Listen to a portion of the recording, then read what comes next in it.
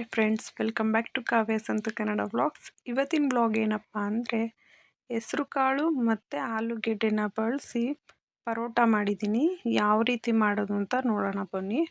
First ಒಂದೂವರೆ ಕಪ್ಪಷ್ಟು ಹೆಸರು ಕಾಳು ನೋಡಿ ಮೊಳಕೆ ಬಂದಿದೆ. ಈ ಹೆಸರು ಕಾಳನ್ನ ಹಾಕ್ತಾಯಿದ್ದೀನಿ.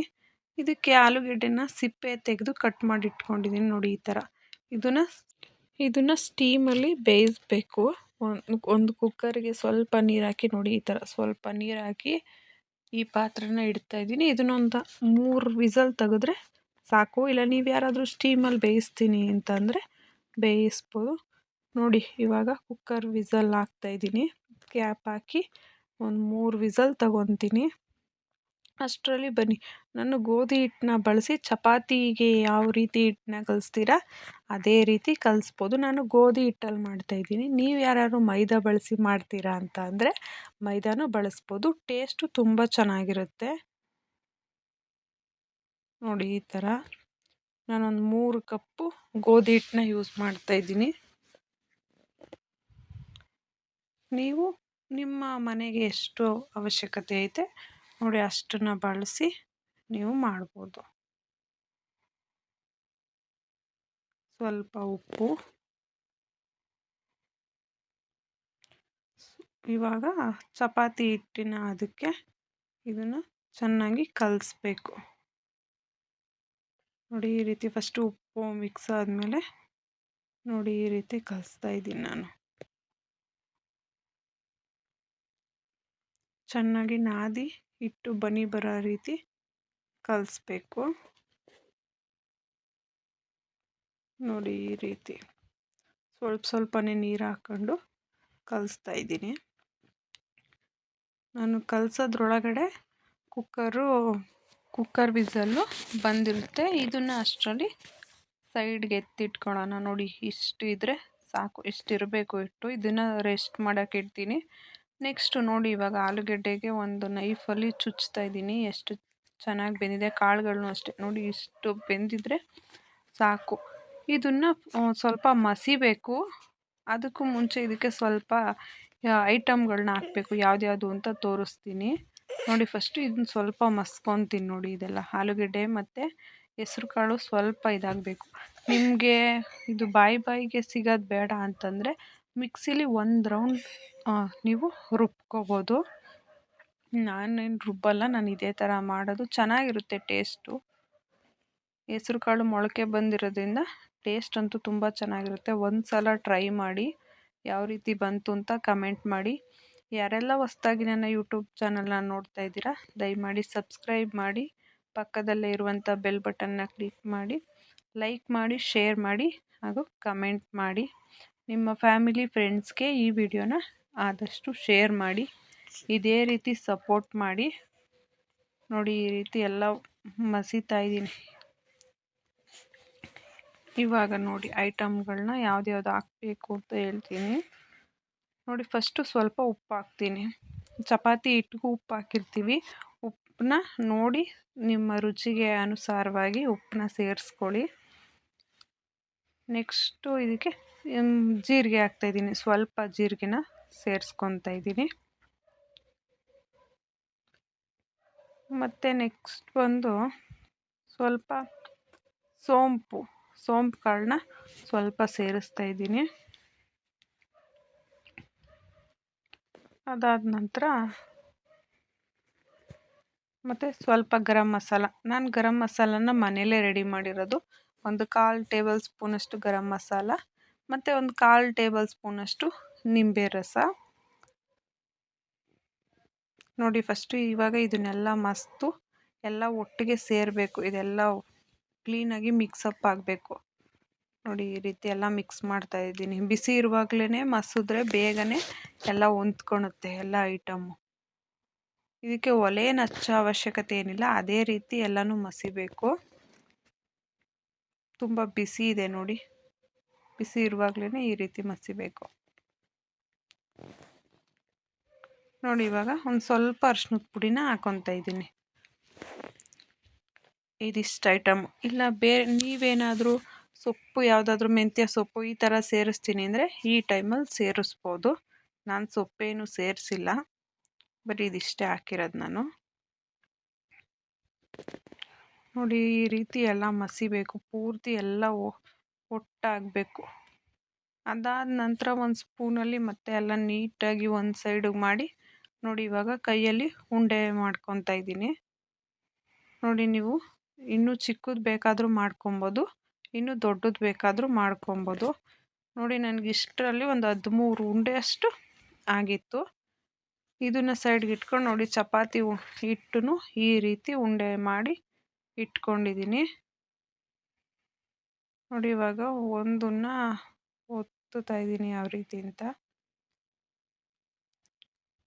ನೋಡಿ ಫಸ್ಟು ಚಪಾತಿ ಹಿಟ್ಟನ್ನ ಈ ರೀತಿ ಮಾಡ್ಕೊಂಡು ಅದಕ್ಕೇನೆ ಇವಾಗೇನಿದು ಉಂಡೆ ಮಾಡ್ಕೊಂಡಿದ್ವಲ್ಲ ನೋಡಿ ಈ ರೀತಿ ಇಟ್ಟು ಈ ರೀತಿ ಫೋಲ್ಡ್ ಮಾಡ್ಕೊಬೇಕು.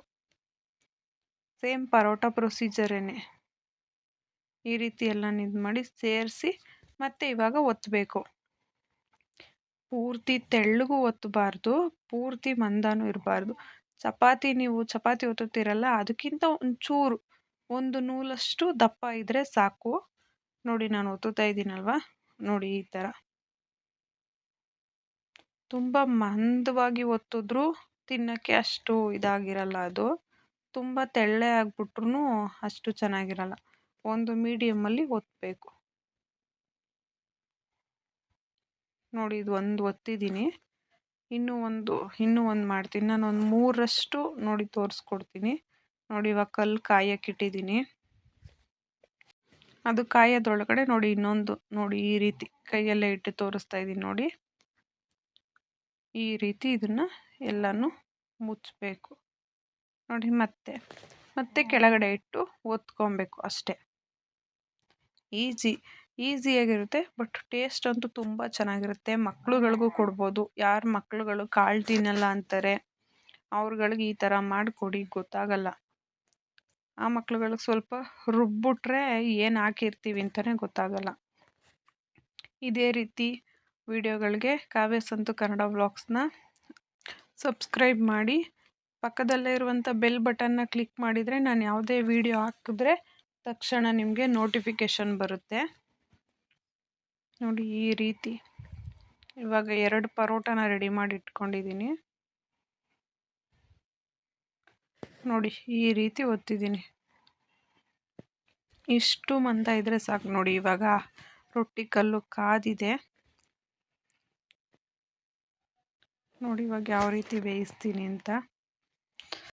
ನೋಡಿ ಇದು ಕೆಳಗಡೆ ಭಾಗ ಬೇಯಬೇಕು. ಅದು ಬೆಂದ ಮೇಲೆ ಇದನ್ನು ಉಲ್ಟಾ ಮಾಡಿ ಬೇಯಿಸ್ಬೇಕು.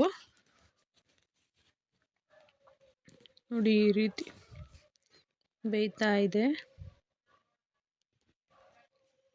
ಇವಾಗ ಉಲ್ಟಾ ಮಾಡೋಣ ಇದನ್ನು. ಇನ್ನೊಂದು ಸ್ವಲ್ಪ ಬೇಯಲಿಲ್ಲ ಅಂದರೆ ಸ್ವಲ್ಪ ಮಂದ ಇರೋದ್ರಿಂದ ಇದೇನಾಗುತ್ತೆ, ಸ್ವಲ್ಪ ಕಿತ್ತೋಗೋ ಚಾನ್ಸಸ್ ಇರುತ್ತೆ.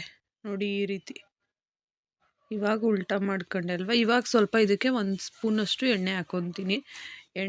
ಎಣ್ಣೆ ಹಾಕ್ತೀವಿ ಅಂದರೆ ಎಣ್ಣೆ ಯೂಸ್ ಮಾಡ್ಬೋದು, ಇಲ್ಲ ನಾವು ತುಪ್ಪ ಅಥವಾ ಬೆಣ್ಣೆ ಏನಾದರೂ ಯೂಸ್ ಮಾಡ್ತೀವಿ ಅಂದರೆ ಅದನ್ನು ಯೂಸ್ ಮಾಡ್ಬೋದು. ಮಕ್ಕಳಿಗೆ ಲಂಚ್ ಬಾಕ್ಸ್ಗೆ ಅಥವಾ ಹಸ್ಬೆಂಡ್ ಆಫೀಸ್ಗೆ ಹೋಗ್ತಾರೆ ಅಂತಂದರೆ ಎಲ್ಲ ಮಧ್ಯಾಹ್ನ ಟೈಮ್ಗೆ ತಿನ್ನೋಕ್ಕೆಲ್ಲ ಚೆನ್ನಾಗಿರುತ್ತೆ. ಸ್ನ್ಯಾಕ್ಸ್ ಟೈಪಲ್ಲೂ ತಿನ್ಬೋದು, ತುಂಬ ಚೆನ್ನಾಗಿರುತ್ತೆ. ಒಂದು ಸಲ ಟ್ರೈ ಮಾಡಿ, ಟೇಸ್ಟ್ ಅಂತೂ ಸೂಪರಾಗಿರುತ್ತೆ. ಇದಕ್ಕೆ ಸೈಡ್ಸ್ಗೆ ಕುರ್ಮಾ ಇಲ್ಲ ಗ್ರೇವಿ ಈ ಥರ ಬೇಕು ಅನ್ನೋ ಅವಶ್ಯಕತೆ ಏನೂ ಇಲ್ಲ. ಇದನ್ನು ಹಂಗೇನೂ ತಿನ್ಬೋದು, ಇಲ್ಲ ಮೊಸರು ಚಟ್ನಿ ಇದ್ಯಾವುದ್ರ ಜೊತೆಲಾದ್ರೂ ತಿನ್ಬೋದು. ಏನೂ ಇಲ್ಲದೇ ತಿಂದರೂ ಚೆನ್ನಾಗಿರುತ್ತೆ. ನಾನಿವತ್ತು ಇದ್ರ ಜೊತೆಗೆ ಕಾಯಿ ಚಟ್ನಿನ ಮಾಡಿದ್ದೀನಿ. ನೋಡಿ ಈ ರೀತಿ ಇವಾಗ ಇದನ್ನು ಉಲ್ಟಾ ಮಾಡ್ತಾಯಿದ್ದೀನಿ. ನೋಡಿ ಎಷ್ಟು ಚೆನ್ನಾಗಿ ಬೆಂದಿದೆ. ಟೇಸ್ಟ್ ಅಂತೂ ಅದ್ಭುತವಾಗಿರುತ್ತೆ. ಒಂದು ಸಲ ಟ್ರೈ ಮಾಡಿ, ಯಾವ ರೀತಿ ಇತ್ತು ಅಂತ ಕಮೆಂಟ್ ಮಾಡಿ. ನೋಡಿ ಇವಾಗ ಇದನ್ನು ಇನ್ನೊಂದು ಸ್ವಲ್ಪ ಫೋಲ್ಡ್ ಮಾಡ್ತೀನಿ. ಇನ್ನೊಂದು ಸಲ ತಿರುವಿ ಇದನ್ನು ಬೇಯಿಸ್ತೀನಿ. ಇನ್ನೂ ಒಂದು ಸ್ವಲ್ಪ ಹೊತ್ತು ಬೆಂದರೆ ಪರೋಟ ರೆಡಿಯಾಗುತ್ತೆ. ಹೆಸರು ಕಾಳು ಆಲೂ ಪರೋಟ ರೆಡಿಯಾಗುತ್ತೆ. ನೋಡಿ ಇವಾಗ ಆಯಿತು. ನೋಡಿ ಇಷ್ಟಾದರೆ ಒಂದು ಪರೋಟ ಆಯಿತು. ನೆಕ್ಸ್ಟ್ ಇವಾಗ ಇನ್ನೊಂದನ್ನು ಒತ್ತಿದ್ನಲ್ವಾ ಅದನ್ನು ತೋರಿಸ್ತೀನಿ ನೋಡಿ. ಇಷ್ಟು ತೆಳುವಾಗಿ ಒತ್ಕೊಬೇಕು. ಈ ಕಡೆ ಅದು ಮಂದವಾಗೂ ಒತ್ತಿಲ್ಲ, ನಾನು ಪೂರ್ತಿ ತೆಳುವಾಗೂ ಒತ್ತಿಲ್ಲ. ನೋಡಿ ಅಷ್ಟು ಒತ್ತಿದ್ರೆ ಸಾಕು. ನಾನು ಈ ಪರೋಟನ ನನ್ನ ಮಗಳಿಗೆ ಬೇಯಿಸ್ತಾ ಇರೋದ್ರಿಂದ ನಾನು ಇದಕ್ಕೆ ಎಣ್ಣೆ ಹಾಕಲ್ಲ. ಎಣ್ಣೆ ಹಾಕ್ತೇನೆ ಇದ್ರೂ ಚೆನ್ನಾಗಿರುತ್ತೆ ಇದು ಟೇಸ್ಟು.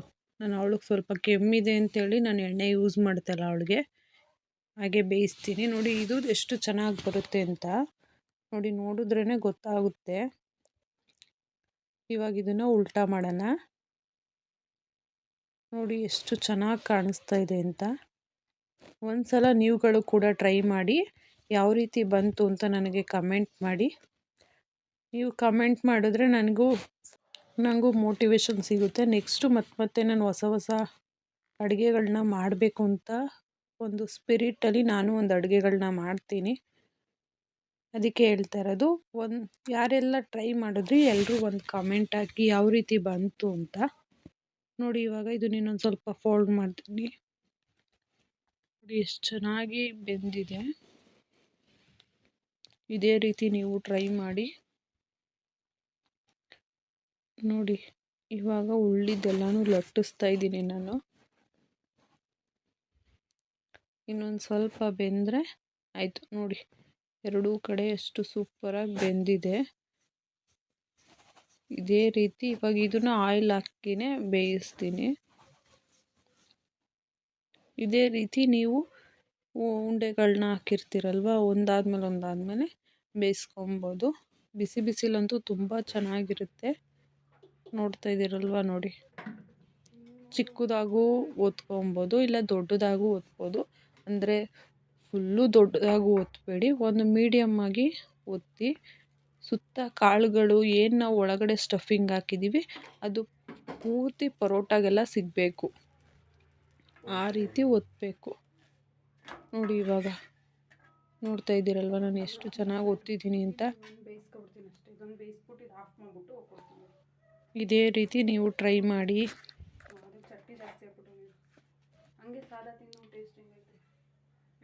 ನೋಡಿದ್ರಲ್ವ ನೋಡಿ, ಇನ್ನೊಂದು ಸ್ವಲ್ಪ ಹೊತ್ತು ಬೆಂದರೆ ಪರೋಟ ರೆಡಿಯಾಗುತ್ತೆ. ಹೆಸರುಕಾಳು ಆಲೂ ಪರೋಟ ರೆಡಿಯಾಗುತ್ತೆ.